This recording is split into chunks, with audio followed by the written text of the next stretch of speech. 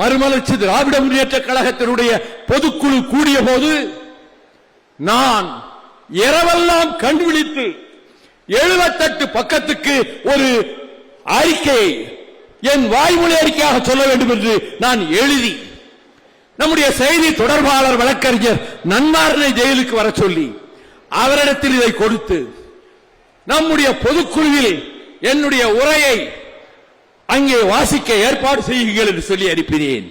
பொதுக்குழு கூடியது. 1000க்கு மேற்பட்ட பொதுக்குழு உறுப்பினர்கள் திரண்டு விட்டார்கள். நான் உடன்பரவாத தம்பியாக நினைத்த நாஞ்சில் சம்பத் அவர்கள் என்னுடைய உரையை, அந்த 78 பக்க உரையை பொதுக்குழுவிலே வாசித்த போது பொதுக்குழு உறுப்பினர்கள் விம்மி விம்மி அழுவார்கள், கண்ணீர் விட்டார்கள் என்ற செய்தி ஜெயிலுக்கே வந்து சேர்ந்தது. அந்த உரை சங்கொலியிலும் வெளியிடப்பட்டது. ஒருவன் ஜெயிலில் இருந்து கொண்டு ஒரு இயக்கத்தை இயக்குகிறான் என்ற பெருமை வைகோ என்ற ஒரு மனிதனுக்கு தவிர வேறு எவருக்கும் கிடையாது. அதே போல மாவட்ட செயலாளர்கள் கூட்டம். அப்பொழுது நான் என்னுடைய உரையை எழுதி அதை அனுப்பி வைத்தேன் வாசிக்க சொல்லி. வைகோ பேசுகிறேன் என்று சொல்லி ஒவ்வொரு மாவட்ட செயலாளர் கூட்டத்தில் வாசிக்கப்பட்டு ஒரு நாளைக்கு 20-30 கடிதங்கள் வரும். அதற்கு பதில் எழுத விடிய விடிய கண் விழித்து நான் பதில் எழுதுவேன்.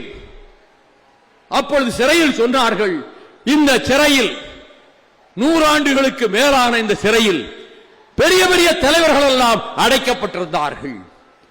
பசும்பொன் முத்துராமலிங்க தேவர், தியாகச்சுடர் காமராஜர், கம்யூனிஸ்ட் தலைவர்கள், வங்காளத்திலே இருந்து வந்தவர்கள், இப்படி பலரும் இந்த வேலூர் சிறையிலே அடைக்கப்பட்டிருக்கிறார்கள். இப்பொழுது நீங்களும் இங்கே அடைபட்டிருக்கிறீர்கள் என்று சொன்னார்கள். அந்த வேலூர் சிறையில் இருந்தவாறு ஒரு கட்சியை இயக்குவதற்கு என்னை அங்கே இருந்து செஞ்சி வழியாக கடலூர் வழியாக என்னை நீதிமன்றம் நாகப்பட்டினத்திற்கு அழைத்துக் கொண்டு போலீஸ் வேன் போகிற போது ஒவ்வொரு இடத்திலும் ஒவ்வொரு நகரத்திலும் நூற்றுக்கணக்கான தொண்டர்கள் காத்திருந்து எனக்கு கைகாட்டுவார்கள். நான் போலீஸ் வேனில் இருந்தவாறு பதிலுக்கு கைகாட்டி விட்டு செல்வேன்.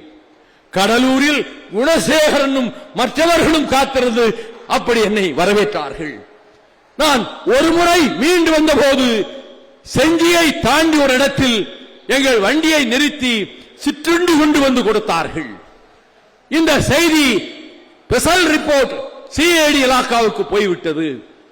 செஞ்சியிலே அவர்களுக்கு சிற்றுண்டி கொடுத்தார்களாமே, எப்படி அனுமதிக்கலாம் என்று கேட்டு எந்த இடத்திலும் வைகோ போகிற வேனை நிறுத்தக்கூடாது என்று போலீசாருக்கு கட்டளையிட்டு நான் அங்கே இருந்து வரும்போது ஒரு பெரிய டிபன் கேரியர் நிறைய சிற்றுண்டி கொண்டு வருவேன். அங்கே காத்திருக்கிற நம்முடைய தோழர்களுக்கும் மாவட்ட செயலாளருக்கும் கொடுத்துவிட்டு எனக்கும் கொடுப்பார்கள்.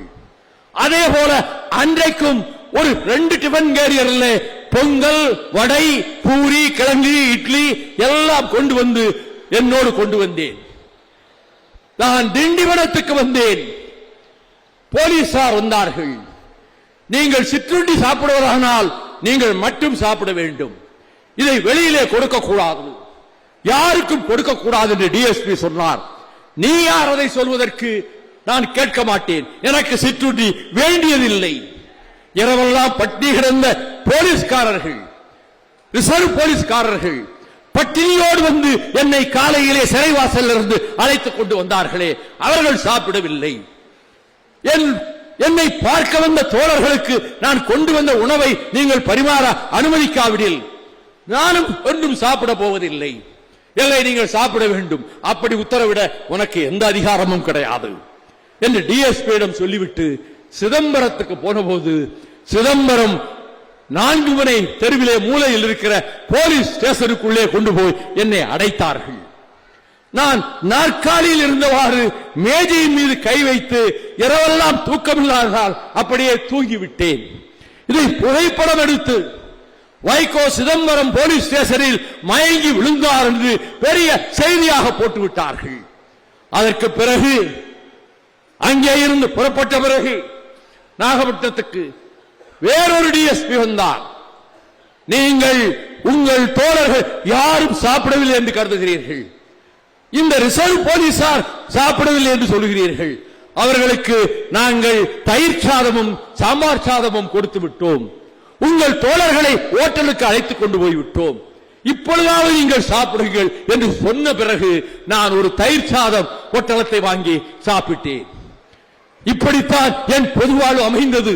ஆனால் இந்த கட்சிக்கு அவைத்தலைவராக இருந்த ஒருவர் திராவிட முன்னேற்ற கழகத்தின் சொத்துக்களான தொழிற்சங்க சொத்துக்களை 350 கோடி ரூபாய் சொத்துக்களை தன் பெயருக்கு அறக்கட்டளையிலே சேர்த்துக் கொண்ட பின்னாளிலே இந்த இயக்கத்தை அழிக்க வேண்டும் என்று துரோகம் செய்த அந்த அவைத் தலைவரும் இன்னொருவரும் இந்த வேலூரிலே மிகவும் நான் மதித்த ஒரு சகோதரனும் ஜெயில் வாசலிலே தினந்தோறும் காத்திருந்து எனக்கு பத்திரிகைகள் கொடுத்துக் கொண்டிருந்த அந்த சகோதரன் இப்பொழுது திமுகவிலே சேர்ந்து விட்டார்.